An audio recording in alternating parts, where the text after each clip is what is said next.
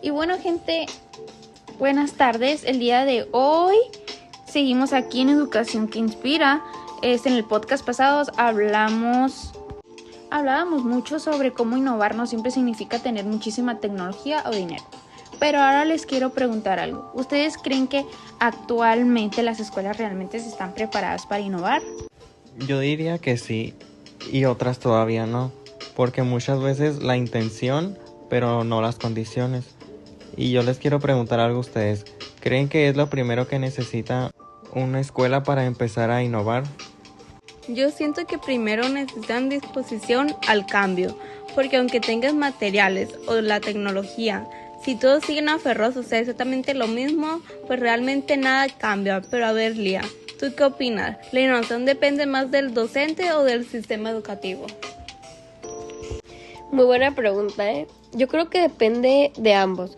El docente puede hacer muchísimo, pero también necesita apoyo, porque también podemos exigirle que haga todo solo. Y ahora yo les pregunto algo. ¿Por qué creen que muchos maestros sienten miedo a innovar?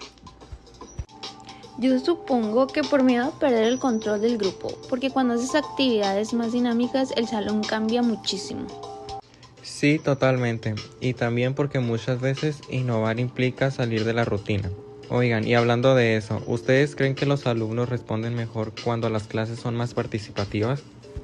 Yo digo que sí, muchísimo más, porque se sienten incluidos. Aparte de que el alumno participa, presta más atención, pero también depende mucho del ambiente del salón. Y ahora les pregunto yo, ¿creen que todos los alumnos aprenden igual? No, para nada. Justamente ahí entra la importancia de innovar, porque si todos aprenden diferentes, no tendría sentido enseñar siempre exactamente igual.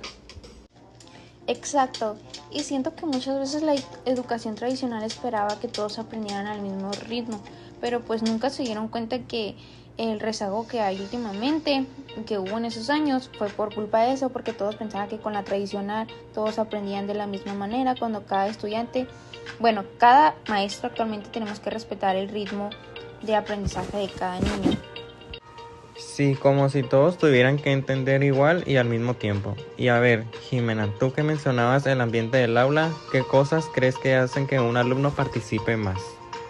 Definitivamente la confianza. Cuando el alumno siente que puede equivocarse sin miedo, participa muchísimo más, porque luego hay grupos donde los alumnos prefieren quedarse callados por pena. Normalmente cuando uno entra con un nuevo maestro, siempre entramos como con miedo, o entramos con vergüenza, ajá, sin ganas de participar o sin expectativas. Por eso es muy importante que el maestro desde el día 1 sea muy abierto o que inspire confianza. Eso es una manera de innovar, porque antes los maestros eran simplemente llegar, saquen su cuaderno, escribir y ser solamente receptivos los alumnos. Y pues ahora algunos maestros, para que no sea tan desconfiado, ponen el primer día como dinámicas de integración grupal, donde los alumnos se van conociendo y van perdiendo ese miedo o la vergüenza que tienen. Por ejemplo, en nuestra carrera, la mayoría de maestros los primeros días es lo que hacen. Dinámicas para abrirnos, para tener más confianza. Y hay muchos alumnos de la carrera de educación que ni siquiera era su primera opción o que no piensan ejercerla. Pero eso les sirve mucho, pues, como desenvolvimiento en su persona y profesional también. Y algunos al momento de ingresar a la carrera, como es una carrera muy participativa, muy interactiva, a algunos de nosotros también nos da mucha pena, por ejemplo, las exposiciones que tocan muchas veces en los semestres o a lo largo de la carrera, pero igualmente conociendo a los maestros y a nuestros alumnos, a los compañeros, nos abrimos más y ya tenemos la confianza como pararnos enfrente de un salón y explicar nuestro trabajo.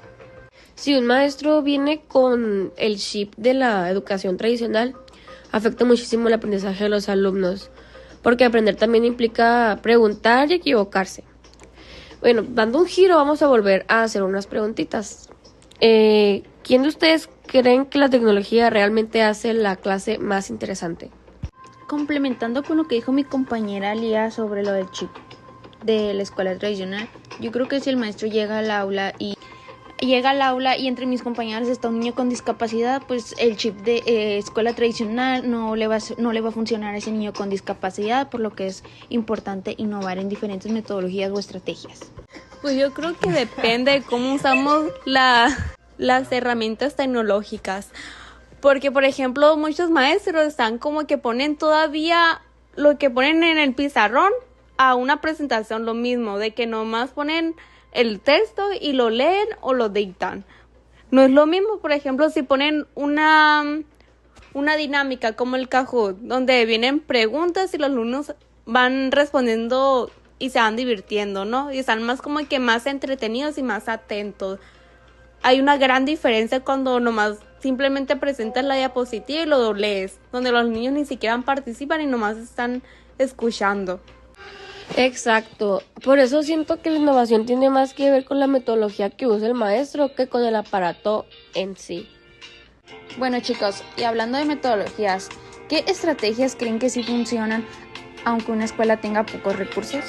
El trabajo colaborativo funciona muchísimo porque no necesita grandes materiales para hacer que los alumnos trabajen juntos, como los trabajos que la maestra Selene nos deja, por ejemplo de hacer la alcancía, hacer el huevo de dragón. Todos esos fueron trabajos colaborativos y nos divertimos haciendo actividades todos los viernes. Igualmente nos aprendimos a hacer actividades más manuales, más creativas y más interactivas para hacer equipos nuevos y que no siempre estén los mismos. Y es que sí, no solamente que fue de trabajo colaborativo, sino que también, como lo mencionó la maestra Selene, que nos iba a ayudar con nuestras habilidades a ser más creativos, donde trabajábamos más nuestras fortalezas, la agilidad fina, donde podemos implementar esas actividades que hicimos en clase, en la primaria o en el kinder o ya sea con otros estudiantes. Y conectar los temas con situaciones reales, porque cuando el alumno entiende para qué sirve lo que aprende, cambia mucho su interés. Hay veces que estamos en clase o que nos dan un tema una semana, por así decirlo.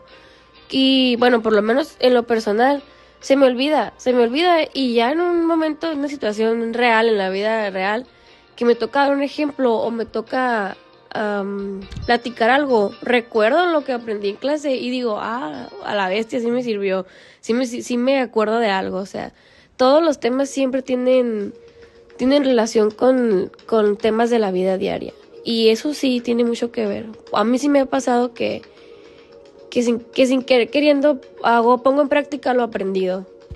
Sí, exactamente, Lía, porque una de las preguntas más típicas de cualquier estudiante es: ¿y esto para qué me va a servir a mí en un futuro?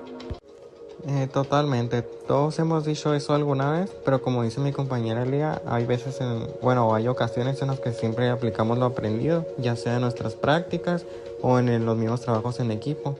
Por ejemplo, nosotros estamos aplicando lo aprendido en este podcast, el trabajo en equipo, y como ya hemos trabajado juntos y ya tenemos la experiencia porque ya hemos hecho varios podcasts y ya no se nos dificulta tanto como al principio.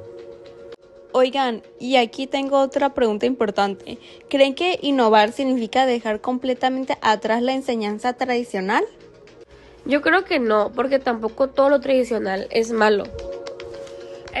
Como por ejemplo ahora en práctica 5, nuestro proyecto es de alfabetización. Entonces la metodología que nosotros teníamos que hacer es una nueva que acaban de poner en la SEP, que era de aventuras en papel.